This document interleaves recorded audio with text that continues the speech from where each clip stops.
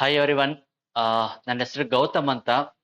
ನಾನು India for IS ಅಲ್ಲಿ computer science ಫ್ಯಾಕಲ್ಟಿಯಾಗಿ ಕೆಲಸ ಮಾಡ್ತಾ ಇದ್ದೀನಿ. ಅಂಡ್ ನನಗೆ ಸುಮಾರು 11 ವರ್ಷಗಳಿಂದ ನಾನು ಕಂಪ್ಯೂಟರ್ ಸೈನ್ಸ್ ಫ್ಯಾಕಲ್ಟಿಯಾಗಿ ಬೇರೆ ಬೇರೆ ಸಂಸ್ಥೆಗಳಲ್ಲಿ ಕೆಲಸ ಮಾಡ್ತಾ ಇದ್ದೀನಿ. ಹಾಗಾಗಿ ಇವತ್ತು ನಾನು ಈ ಒಂದು ಪರ್ಟಿಕ್ಯುಲರ್ ಸೆಷನ್ ಅಲ್ಲಿ ಕಂಪ್ಯೂಟರ್ ಸೈನ್ಸ್ ಏನು ಸಂಬಂಧಪಟ್ಟ ಸಿಲೆಬಸ್ ಬಗ್ಗೆ ನಾನು ಡಿಸ್ಕಸ್ ಮಾಡ್ತೀನಿ. ಸೊ ಯಾಕಂದ್ರೆ ಎಲ್ಲ ಕಾಂಪಿಟೇಟಿವ್ ಎಕ್ಸಾಮ್ಗೆ ಇವತ್ತು ಕಂಪ್ಯೂಟರ್ ಸೈನ್ಸ್ ತುಂಬಾ ಮುಖ್ಯ ಆಗಿದೆ. ಆಲ್ಮೋಸ್ಟ್ ಆಲ್ ದ ಕಾಂಪಿಟೇಟಿವ್ ಎಕ್ಸಾಮಿನೇಷನ್ಗೆ ಕಂಪ್ಯೂಟರ್ ಸೈನ್ಸ್ ಕಂಪಲ್ಸರಿ ಆಗಿರೋದ್ರಿಂದ ನೀವು ಕಂಪ್ಯೂಟರ್ ಸೈನ್ಸ್ ಬಗ್ಗೆ ವಿಷಯಗಳ ತಿಳ್ಕೊಳ್ಳೇಬೇಕಾಗುತ್ತೆ. ಸೊ ಹಂಗಾಗಿ ಯಾಕಂದ್ರೆ ಎಲ್ಲಾ ಡಿಪಾರ್ಟ್ಮೆಂಟ್ ಡಿಜಿಟಲೈಸ್ ಆಗಿದೆ. ಸೊ ಹಾಗಾಗಿ ನಮಗೆ ಕಂಪ್ಯೂಟರ್ ಸೈನ್ಸ್ ಬಗ್ಗೆ ರಿಲೇಟೆಡ್ ಇನ್ಫಾರ್ಮೇಶನ್ ಏನೇನು ಅವಶ್ಯಕತೆ ಇದೆಯೋ ಅದನ್ನ ನಾವು ತಿಳ್ಕೊಳ್ತಾ ಹೋಗ್ಬೇಕು ಇವಾಗ. So coming to the computer science ಅಂತ ಬಂದಾಗ, ಅದರಲ್ಲೂ ಸಿ ಗ್ರೂಪ್ ಅಂತ ಬಂದಾಗ ನಮಗೆ 30 ಮಾರ್ಕ್ಸ್ ಕಂಪ್ಯೂಟರ್ ಸೈನ್ಸ್ ಬರುತ್ತೆ. ಇಲ್ಲಿ ಕಮ್ಯುನಿಕೇಶನ್ ಪೇಪರ್ ಅಲ್ಲಿ 30 ಮಾರ್ಕ್ಸ್ ಕಂಪ್ಯೂಟರ್ ಸೈನ್ಸ್ಗೆ ಅಂತ ಸಪರೇಟ್ ಆಗಿ ಇಟ್ಟಿದ್ದಾರೆ ಕಮ್ಯುನಿಕೇಶನ್ ಪೇಪರ್ ಅಲ್ಲಿ. ಹಾಗಾಗಿ ಇವತ್ತು ನಾನು ಕಂಪ್ಯೂಟರ್ ಸೈನ್ಸ್ ಬಗ್ಗೆ ಏನೇನು ತಿಳ್ಕೊಬೇಕಾಗುತ್ತೆ, ಮತ್ತೆ ಸಿಲೆಬಸ್ ಅಲ್ಲಿ ಏನಿದೆ, ಅದರಲ್ಲಿ ಯಾವ್ದು ಜಾಸ್ತಿ ಕಾನ್ಸಂಟ್ರೇಟ್ ಮಾಡಬೇಕು ಅನ್ನೋ ವಿಷಯದ ಬಗ್ಗೆ ನಾವು ಡಿಸ್ಕಸ್ ಮಾಡ್ಕೊಳ್ತಾ ಹೋಗೋಣ ಇವತ್ತು. Coming to the computer science, ಇದರಲ್ಲಿ ನಮಗೆ ಬೇಕಾಗಿರುವಂತ ವಿಷಯಗಳು ಏನಿದೆ syllabus as per the syllabus ಹೋಗೋಣ ಏನೇನು ಬೇಕು ಅಂತ. ಸುಮಾರು 18 ಚಾಪ್ಟರ್ಗಳನ್ನ ನೀವು ಇಲ್ಲಿ ಈ ಒಂದು ವಿಷಯಗಳು ತಿಳ್ಕೊಬೇಕಾಗುತ್ತೆ. ಈ ಕಂಪ್ಯೂಟರ್ ಸೈನ್ಸ್ ಸಿಲೆಬಸ್ ಅಲ್ಲಿ ಫಸ್ಟ್ ಏನ್ ತಿಳ್ಕೊಬೇಕು ನೀವು ಅಂತಂದಾಗ, introduction to computer science. Computer science ಅಲ್ಲಿ ಏನ್ ಅವಶ್ಯಕತೆ ಇದೆ ಇಲ್ಲಿ. So introduction to computer science ಬರುತ್ತೆ ಫಸ್ಟ್. ಅಂದ್ರೆ ಇಲ್ಲಿ ಕಂಪ್ಯೂಟರ್ ಸೈನ್ಸ್, ಕಂಪ್ಯೂಟರ್ ಅಂದ್ರೆ ಏನು, ಹಾಗೆ computer block diagram of computer, cycle of computer, ಈ 3 ಟಾಪಿಕ್ ಈ ಪರ್ಟಿಕ್ಯುಲರ್ ಚಾಪ್ಟರ್ ಬರುವಂತದ್ದು. ತುಂಬಾ ಚಿಕ್ಕ ಚಾಪ್ಟರ್, ಬೇಗ ಈ ವಿಷಯಗಳು ಬೇಗ ಅರ್ಥ ಆಗುತ್ತೆ ಇದರಲ್ಲಿ ಇಂಟ್ರೊಡಕ್ಷನ್ ಟು ಕಂಪ್ಯೂಟರ್ ಅಲ್ಲಿ. Next one history of computer ಬಗ್ಗೆ ಮಾತಾಡಿದಾಗ ಇಲ್ಲಿ 3 ವಿಷಯಗಳ ಬಗ್ಗೆ ಮಾತಾಡ್ತೀವಿ ಇಲ್ಲಿ ಹಿಸ್ಟ್ರಿ ಆಫ್ ಕಂಪ್ಯೂಟರ್ ಅಲ್ಲಿ. ಇದು ಡೆವಲಪ್ಮೆಂಟ್ ಮತ್ತೆ types of computer and generations of computer ಬಗ್ಗೆ ಮಾತಾಡ್ತೀವಿ ಇಲ್ಲಿ. 3 ವಿಷಯಗಳು ಇದ್ರಲ್ಲಿ ಬರುತ್ತೆ. ಜನರೇಷನ್ ಬರುತ್ತೆ, ಟೈಪ್ಸ್ ಬರುತ್ತೆ, ಹಿಸ್ಟ್ರಿ ಅಂದ್ರೆ ಡೆವಲಪ್ಮೆಂಟ್ ಆಫ್ ಕಂಪ್ಯೂಟರ್ ಬಗ್ಗೆ ಇಲ್ಲಿ ಮಾತಾಡಬೇಕಾಗುತ್ತೆ ಇಲ್ಲಿ. ಮೂರನೇ ಚಾಪ್ಟರ್ ಬಂದಾಗ, ನೆಕ್ಸ್ಟ್ 3ನೇ ಚಾಪ್ಟರ್ ಬಂದಾಗ ಇನ್ಪುಟ್ ಅಂಡ್ ಔಟ್ಪುಟ್ ಡಿವೈಸಸ್. ಯಾವ್ಯಾವ್ದು ಇನ್ಪುಟ್ ಡಿವೈಸಸ್, ಯಾವ್ಯಾವ್ದು ಔಟ್ಪುಟ್ ಡಿವೈಸಸ್, ಹಾಗೆ ಅದರ ಅಪ್ಲಿಕೇಶನ್ಗಳೇನು, ಎಲ್ಲೆಲ್ಲಿ ಬಳಕೆ ಮಾಡ್ತೀವಿ ನಾವು ಅನ್ನೋದನ್ನ ಈ ಒಂದು ವಿಷಯಗಳಲ್ಲಿ ಪರ್ಟಿಕ್ಯುಲರ್ ಟಾಪಿಕ್ ಅಲ್ಲಿ ತಿಳ್ಕೊಳ್ತಾ ಹೋಗ್ತೀವಿ. 3ನೇ ಚಾಪ್ಟರ್ ಅಲ್ಲಿ ಇನ್ಪುಟ್ ಅಂಡ್ ಔಟ್ಪುಟ್ ಡಿವೈಸಸ್. ಸುಮಾರು 13 ಇನ್ಪುಟ್ ಡಿವೈಸ್ಗಳು ನಾರ್ಮಲಿ ಎಕ್ಸಾಮಿನೇಷನ್ ಸೆಕ್ಷನ್ ಅಲ್ಲಿ ಕೇಳ್ತಾನೆ. ಮತ್ತೆ 5 ಔಟ್ಪುಟ್ ಡಿವೈಸ್ಗಳನ್ನ ನಾರ್ಮಲ್ ಆಗಿ ಕೇಳುವಂತದ್ದು. 5 ಔಟ್ಪುಟ್ ಡಿವೈಸ್ಗಳನ್ನ ನಾವು ನಾರ್ಮಲ್ ಆಗಿ ಎಕ್ಸಾಮಿನೇಷನ್ ಪಾಯಿಂಟ್ ಆಫ್ ವ್ಯೂ ಓದಬೇಕಾಗುತ್ತೆ. ಅದ್ರ ಜೊತೆಗೆ computer memory very important for the examination. ಒಂದಲ್ಲ ಒಂದು ಪ್ರಶ್ನೆ ಕಂಪ್ಯೂಟರ್ ಮೆಮೊರಿ ಇದ್ದೇ ಇರುತ್ತೆ ಯಾವಾಗ್ಲೂ. ರ್ಯಾಮ್ ಅಂದ್ರೇನು, ರಾಮ್ ಅಂದ್ರೇನು, ಸೆಕೆಂಡರಿ ಮೆಮೊರಿ ಯಾವ್ಯಾವುದು, ಪ್ರೈಮರಿ ಮೆಮೊರಿ ಯಾವ್ಯಾವುದು ಅನ್ನೋದನ್ನ ಕೇಳ್ತಾನೆ ಇದರಲ್ಲಿ. So this is also important for the examination. Computer memory 2, primary memory ಅಂದ್ರೇನು, ಸೆಕೆಂಡರಿ ಮೆಮೊರಿ ಅಂದ್ರೇನು ಅಂತ ತಿಳ್ಕೊಬೇಕಾಗುತ್ತೆ. ಅಲಾಂಗ್ ವಿತ್ ಎಕ್ಸಾಂಪಲ್ಸ್ ಮತ್ತೆ ಸಬ್ ಟೈಪ್ ಏನಿದ್ರೆ ಅದು ಕೂಡ ತಿಳ್ಕೊಬೇಕಾಗುತ್ತೆ. ಫುಲ್ ಫಾರ್ಮ್ ಕೇಳ್ತಾನೆ, ಇಲ್ಲಾಂದ್ರೆ ಐಡೆಂಟಿಫಿಕೇಶನ್ ಮಾಡಕ್ಕೆ ಇದು ಒಂದು ಪರ್ಟಿಕ್ಯುಲರ್ ಚಾಪ್ಟರ್ ಅಲ್ಲಿ ಕೇಳ್ತಾ ಹೋಗ್ತಾನೆ ಇದರಲ್ಲಿ. ಹಾಗೆ ಲಾಜಿಕ್ ಗೇಟ್ಸ್ ಇದ್ರೂ ಕೂಡ ಇಂಪಾರ್ಟೆಂಟ್ ಆಗುತ್ತೆ. ಒಂದಲ್ಲ ಒಂದು ಕ್ವಶನ್ ಪೇಪರ್ ಅಲ್ಲಿ ಒಂದಲ್ಲ ಒಂದು ಕ್ವಶನ್ ಇದ್ದೇ ಇರುತ್ತೆ ಲಾಜಿಕ್ ಗೇಟ್ಸ್ ಅಲ್ಲಿ. ಒಂದಲ್ಲ ಒಂದು ಕ್ವಶನ್ ಇದ್ದೇ ಇರುತ್ತೆ ಲಾಜಿಕ್ ಗೇಟ್ಸ್ ಅಲ್ಲಿ. 2 ಟೈಪ್ಸ್ ಆಫ್ ಲಾಜಿಕ್ ಗೇಟ್ ಬರುತ್ತೆ, ಬೇಸಿಕ್ ಗೇಟ್ಸ್ ಮತ್ತೆ ಡಿರೈವ್ ಗೇಟ್ಸ್ ಅಂತ. ಒಟ್ಟು 7 ಲಾಜಿಕ್ ಗೇಟ್ಸ್ ಗಳ ಬಗ್ಗೆ ಓದ್ಬೇಕು ಇದರಲ್ಲಿ. 7 ಲಾಜಿಕ್ ಗೇಟ್ಸ್ ಗಳ ಬಗ್ಗೆ ಓದ್ಬೇಕು. ಇದ್ರಲ್ಲಿ ಏನ ಕೇಳ್ತಾನೆ ಅಂತಂದ್ರೆ, ಒಂದು ಡಯಾಗ್ರಾಮ್ ಐಡೆಂಟಿಫೈ ಮಾಡಕ್ ಕೇಳ್ತಾನೆ, ಇಲ್ಲ ಅಂತ ಅಂದ್ರೆ ಟೇಬಲ್ ನ ಕೇಳ್ತಾನೆ, ಹೇಗೆ ಬರೀಬೇಕು, ಹೇಗೆ ಔಟ್ಪುಟ್ ಹೆಂಗ್ ಬರೆಯೋದು ಅಂತ ಎಲ್ಲ ಕ್ವಶನ್ ಕೇಳ್ತಾ ಇರ್ತಾನೆ. ಲಾಜಿಕ್ ಗೇಟ್ ಇದು ಕೂಡ ಇಂಪಾರ್ಟೆಂಟ್ ಆಗುತ್ತೆ ಲಾಜಿಕ್ ಗೇಟ್ಸ್ ಅಂಡ್ ಕಂಪ್ಯೂಟರ್ ಮೆಮೊರಿನಲ್ಲಿ. ಅಪಾರ್ಟ್ ಫ್ರಮ್ ದಟ್, ಇದ್ರ ಜೊತೆಗೆ ನಾವೇನ್ ಮಾಡ್ಬೇಕು, ನಂಬರ್ ಸಿಸ್ಟಮ್ ಅನ್ನೋದು ಕೂಡ ಒಂದಲ್ಲ ಪೇಪರ್ ಅಲ್ಲಿ 100 ಕ್ವಶನ್ ಇಲ್ಲ 2 ಕ್ವಶನ್ 100% ಇದ್ದೇ ಇರುತ್ತೆ ಇಲ್ಲಿ. Not even 99%, 100%. ಸಿ ಗ್ರೂಪ್ ಅಂತ ಮಾತಾಡಿದಾಗ ನಂಬರ್ ಸಿಸ್ಟಮ್ ಅನ್ನೋದು ಇದ್ದೇ ಇರುತ್ತೆ ಇಲ್ಲಿ. ನಂಬರ್ ಸಿಸ್ಟಮ್ ಅಲ್ಲಿ ಕನ್ವರ್ಷನ್ ಕೇಳ್ತಾನೆ. ಆಸ್ಕಿ ಕೋಡ್ ಕೇಳ್ಬೋದು, EBCDIC ಕೋಡ್ ಅಂತ ಬರುತ್ತೆ, ಫುಲ್ ಫಾರ್ಮ್ ಕೇಳ್ತಾನೆ, ಆಸ್ಕಿ ಕೋಡ್ ಬಗ್ಗೆ ಕೇಳ್ತಾನೆ. ಕನ್ವರ್ಷನ್ ಅಂತೂ ಪಕ್ಕ ಒಂದು ಕ್ವಶನ್ ಇದ್ದೇ ಇರುತ್ತೆ. 1 or 2 ಕ್ವಶನ್ ಕನ್ವರ್ಷನ್ ಬಗ್ಗೆ ಮಾತಾಡ್ಬೇಕಾಗ್ತಿದ್ರಿ. This is about the number system. 100% ಇದು ಕೂಡ ನಿಮ್ಗೆ ಒಂದು ಕ್ವಶನ್ ನೀವು ಎಕ್ಸ್ಪೆಕ್ಟ್ ಮಾಡಬಹುದು ನಂಬರ್ ಸಿಸ್ಟಮ್ ಅಲ್ಲಿ.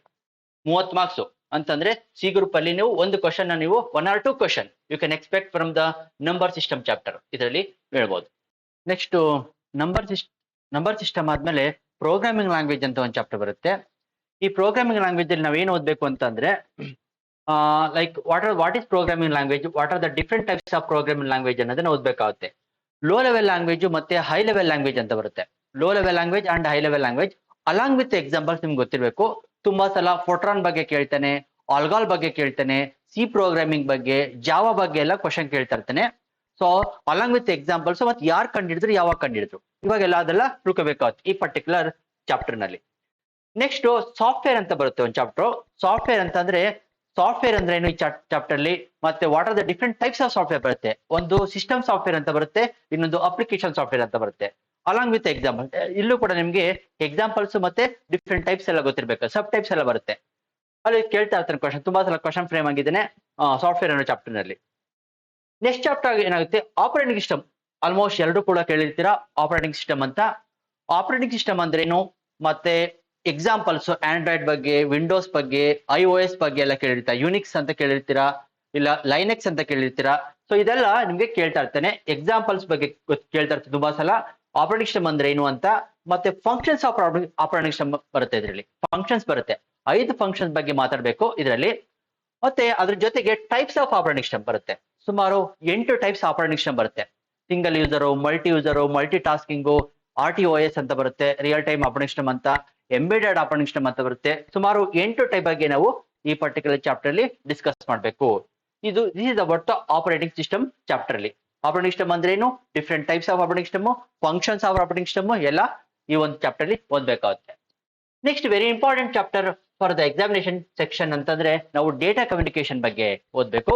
ಡೇಟಾ ಕಮ್ಯುನಿಕೇಶನ್ ಅಂದ್ರೇನು, ಕಮ್ಯುನಿಕೇಶನ್ ಮೋಡ್ಸ್ ಬಗ್ಗೆ ತಿಳ್ಕೋಬೇಕು. ಹಾಗೆ ಕಮ್ಯುನಿಕೇಶನ್ ಮೀಡಿಯಾ ಬಗ್ಗೆ ಒಂದು ಟಾಪಿಕ್ ಬರುತ್ತೆ. ನೆಟ್ವರ್ಕಿಂಗ್ ಅದ್ರ ಬಗ್ಗೆ ಟಾಪಿಕ್ ಬರುತ್ತೆ, ಅಂದ್ರೆ ಲ್ಯಾನು, ವ್ಯಾನು ಮತ್ತೆ ಮ್ಯಾನ್ ಅಂತ ಮಾತಾಡ್ತೀವಿ. 3 ಟೈಪ್ಸ್ ಬರುತ್ತೆ. Along with examples area coverage ಬಗ್ಗೆ ಎಲ್ಲ ಕ್ವಶನ್ ಕೇಳ್ತಾ ಇರ್ತಾನೆ ಕಮ್ಯುನಿಕೇಶನ್ ನೆಟ್ವರ್ಕ್ ಅಲ್ಲಿ. ಅದ್ರ ಜೊತೆಗೆ ನಿಮಗೆ ನೆಟ್ವರ್ಕಿಂಗ್ ಡಿವೈಸಸ್ ಅಂತ ಬರುತ್ತೆ. ನೆಟ್ವರ್ಕಿಂಗ್ ಡಿವೈಸಸ್ ಅಂತ ಅದರಲ್ಲಿ ನಿಮಗೆ ಹಬ್ ಅಂದ್ರೇನು, ಸ್ವಿಚ್ ಅಂದ್ರೇನು, ಬ್ರಿಡ್ಜ್ ಅಂದ್ರೇನು, ಗೇಟ್ ವೇ ಅಂದ್ರೇನು, ಮಾಡಮ್, ಕೆಲವೊಂದು ಡಿವೈಸ್ಗಳ ಬಗ್ಗೆ ನೀನು ಅಲಾಂಗ್ ವಿತ್ ಎಲ್ಲೆಲ್ಲಿ ಅಪ್ಲಿಕೇಶನ್ ಎಲ್ಲೆಲ್ಲಿ ಬಳಕೆ ಮಾಡ್ತೀವಿ ಅಂತ ತಿಳ್ಕೊಬೇಕಾಗುತ್ತೆ ಈ ಕಮ್ಯುನಿಕೇಶನ್ ಚಾಪ್ಟರ್ ಅಲ್ಲಿ. ಅದ್ರ ಜೊತೆಗೆ ಇದರಲ್ಲಿ OSI ಮಾಡೆಲ್ ಅಂತ ಬರುತ್ತೆ. OSI ಮಾಡೆಲ್ ಅಂತ ತುಂಬಾ ಇಂಪಾರ್ಟೆಂಟ್. ಫುಲ್ ಫಾರ್ಮ್ ಕೇಳ್ತಾನೆ, ಯಾರು ಕಂಡಿಡಿದ್ರು, ಯಾವಾಗ ಕಂಡಿಡಿದ್ರು ಅಂತ ಎಲ್ಲ ಕ್ವಶನ್ ಫ್ರೇಮ್ ಆಗ್ತಾ ಇರ್ತಾನೆ. OSI model and TCP/IP model ಅಂತ ಬರುತ್ತೆ. TCP/IP ಮಾಡೆಲ್ ಮತ್ತೆ OSI ಮಾಡೆಲ್ ಆಲ್ಮೋಸ್ಟ್ ತುಂಬಾ ಸಲ ಕ್ವಶನ್ ರಿಪೀಟ್ ಆಗಿದೆ. ಲೇಯರ್ ಗಳ ಬಗ್ಗೆ 7 ಲೇಯರ್ ಬಗ್ಗೆ ರಿಪೀಟ್ ಆಗ್ತಾ ಇರುತ್ತೆ. TCP/IP ನಲ್ಲಿ 4 ಲೇಯರ್ ಬರುತ್ತೆ, ಅದು ಕೂಡ ಕ್ವಶನ್ ರಿಪೀಟ್ ಆಗಿದೆ. ಅದ್ರ ಬಗ್ಗೆ ತಿಳ್ಕೊಬೇಕಾಗುತ್ತೆ ಈ ಒಂದು ಪರ್ಟಿಕ್ಯುಲರ್ ಚಾಪ್ಟರ್ ಅಲ್ಲಿ. TBMS ಅಂದ್ರೆ TBMS ಬಗ್ಗೆ ತುಂಬಾ ಸಲ ನೀವು ಕೇಳಿರ್ಬೋದು, ಇಲ್ಲ ಎಜುಕೇಶನ್ ಬ್ಯಾಕ್ ಗ್ರೌಂಡ್ ಏನಾದ್ರು ಬೇರೆ ಬೇರೆ ಇತ್ತು ಅಂತಂದಾಗ BCom BA ಅಂತಂದಾಗ DBMS ಬಗ್ಗೆ ಯಾರು ಕೇಳಿರಲ್ಲ. DBMS ಬಗ್ಗೆ ಯಾರು ಆಲ್ಮೋಸ್ಟ್ ನಿಮಗೆ ಕೇಳಿರಲ್ಲ. DBMS ಡೇಟಾಬೇಸ್ ಮ್ಯಾನೇಜ್ಮೆಂಟ್ ಸಿಸ್ಟಮ್ ಅಂತ ಕರಿತೀವಿ. So how exactly you are going to manage the data stored in the database ಅಂತ, ಅಂದ್ರೆ ಹೇಗೆ ನೀವು ಡೇಟಾ ಎಲ್ಲಿ ಸ್ಟೋರ್ ಆಗಿರುತ್ತೋ ಅದನ್ನ ಹೆಂಗೆ ಮ್ಯಾನೇಜ್ ಮಾಡಬೇಕು, ಯಾವ್ಯಾವ ಸಾಫ್ಟ್ವೇರ್ ಗಳನ್ನ ಬಳಕೆ ಮಾಡ್ತೀವಿ ಅನ್ನೋದನ್ನ ಈ ಚಾಪ್ಟರ್ ಹೇಳ್ತಾ ಹೋಗ್ತೀನಿ. ಡಿಫ್ರೆಂಟ್ ಟೈಪ್ಸ್ ಆಫ್ DBMS ಬರುತ್ತೆ. SQL ಅಂತ ಒಂದು ಟಾಪಿಕ್ ಬರುತ್ತೆ, ತುಂಬಾ ಸಲ SQL ಬಗ್ಗೆ ಕೇಳಿದ್ದೇನೆ. ಕಮಾಂಡ್ ಗಳ ಬಗ್ಗೆ ಹೇಳ್ತಾ ಇರ್ತಾನೆ, SQL ಕಮಾಂಡ್ ಗಳ ಬಗ್ಗೆ. ಸೊ ಅದನ್ನ ನಾವು ಈ ಒಂದು ಪರ್ಟಿಕ್ಯುಲರ್ ಚಾಪ್ಟರ್ ಅಲ್ಲಿ ಓದ್ತಾ ಹೋಗ್ತೀವಿ. ಇದಾದ್ಮೇಲೆ DBMS ಆದ್ಮೇಲೆ very important chapter for the examination ಅಂತಂದ್ರೆ ಇಂಟರ್ನೆಟ್. ಇದು ತುಂಬಾ ಸಲ ಮಿನಿಮಮ್ 3 ರಿಂದ 4 ಕ್ವಶನ್ ಇದೇ ಬಂದೇ ಬರುತ್ತೆ ಈ ಪರ್ಟಿಕ್ಯುಲರ್ ಚಾಪ್ಟರ್ ಅಲ್ಲಿ. ಇಂಟರ್ನೆಟ್ ಕಾನ್ಸೆಪ್ಟ್ ಅಲ್ಲಿ 3 ರಿಂದ 4 ಕ್ವಶನ್. ಲಾಸ್ಟ್ ಪೇಪರ್ ಅಲ್ಲಿ ಸಿ ಗ್ರೂಪ್ ಅಲ್ಲಿ 5 ಕ್ವಶನ್ ಫ್ರೇಮ್ ಮಾಡಿದ್ದಾನೆ. ಯಾವ್ದ್ರಲ್ಲಿ, ಇಂಟರ್ನೆಟ್ ಅಲ್ಲಿ. ಇಂಟರ್ನೆಟ್ ಅನ್ನು ಚಾಪ್ಟರ್ ಅಲ್ಲಿ ಮಾಡಿದ್ದಾನೆ. ಇಂಟರ್ನೆಟ್ ಅಂದ್ರೆ ಏನು, ಮತ್ತೆ ಇದರಲ್ಲಿ ಪ್ರೋಟೋಕಾಲ್ಸ್ ಅಂತ ಬರುತ್ತೆ. Full form almost full form ಕೇಳೋದು ನಿಮಗೆ. Along with working nature, functionality ಬಗ್ಗೆ ಕೇಳಬೇಕು ನಿಮಗೆ. ಅದ್ರ ಬಗ್ಗೆ ಪ್ರೋಟೋಕಾಲ್ ಅಂದ್ರೆ ಏನು, what are the different types of protocol ಬರುತ್ತೆ. FTP ಅಂತ ಬರುತ್ತೆ, HTTP ಅಂತ ಬರುತ್ತೆ, SNMP ಅಂತ ಬರುತ್ತೆ, SMTP ಅಂತ ಬರುತ್ತೆ. ಡಿಫ್ರೆಂಟ್ ಟೈಪ್ಸ್ ಆಫ್ ಪ್ರೋಟೋಕಾಲ್ಸ್ ಬಗ್ಗೆ ಎಲ್ಲ ಮಾತಾಡ್ಬೇಕಾಗುತ್ತೆ. ಅಲಾಂಗ್ ವಿತ್ ಇಂಟರ್ನೆಟ್ ಪ್ರೋಟೋಕಾಲ್ಸ್ ಜೊತೆ ಸೇರಿಸ್ಕೊಂಡು ಏನ್ ಮಾಡ್ಬೇಕು, ಕೆಲವೊಂದು ಡೆಫಿನೇಷನ್ ಕೇಳ್ತಾನೆ. ವೆಬ್ ಬ್ರೌಸರ್ ಅಂದ್ರೇನು, ವೆಬ್ ಸರ್ವರ್ ಅಂದ್ರೇನು, ಮತ್ತೆ ISP ಇಂಟರ್ನೆಟ್ ಸರ್ವಿಸ್ ಪ್ರೊವೈಡರು, ಇದ್ರ ಬಗ್ಗೆ ಎಲ್ಲ ಕ್ವಶನ್ ಫ್ರೇಮ್ ಮಾಡ್ತಾನೆ. ಡೆಫಿನೇಷನ್ಸ್ ಬಗ್ಗೆ ಕೇಳ್ತಾ ಇರ್ತಾನೆ. ಡೆಫಿನೇಷನ್ಸ್ ಬಗ್ಗೆ, ಪ್ರೋಟೋಕಾಲ್ಸ್ ಬಗ್ಗೆ, ಪ್ರೋಟೋಕಾಲ್ ಟೈಪ್ಸ್ ಬಗ್ಗೆ ಎಲ್ಲ ಈ ಒಂದು ಚಾಪ್ಟರ್ ಅಲ್ಲಿ ಕೇಳ್ತಾ ಇರ್ತಾನೆ ಇದರಲ್ಲಿ.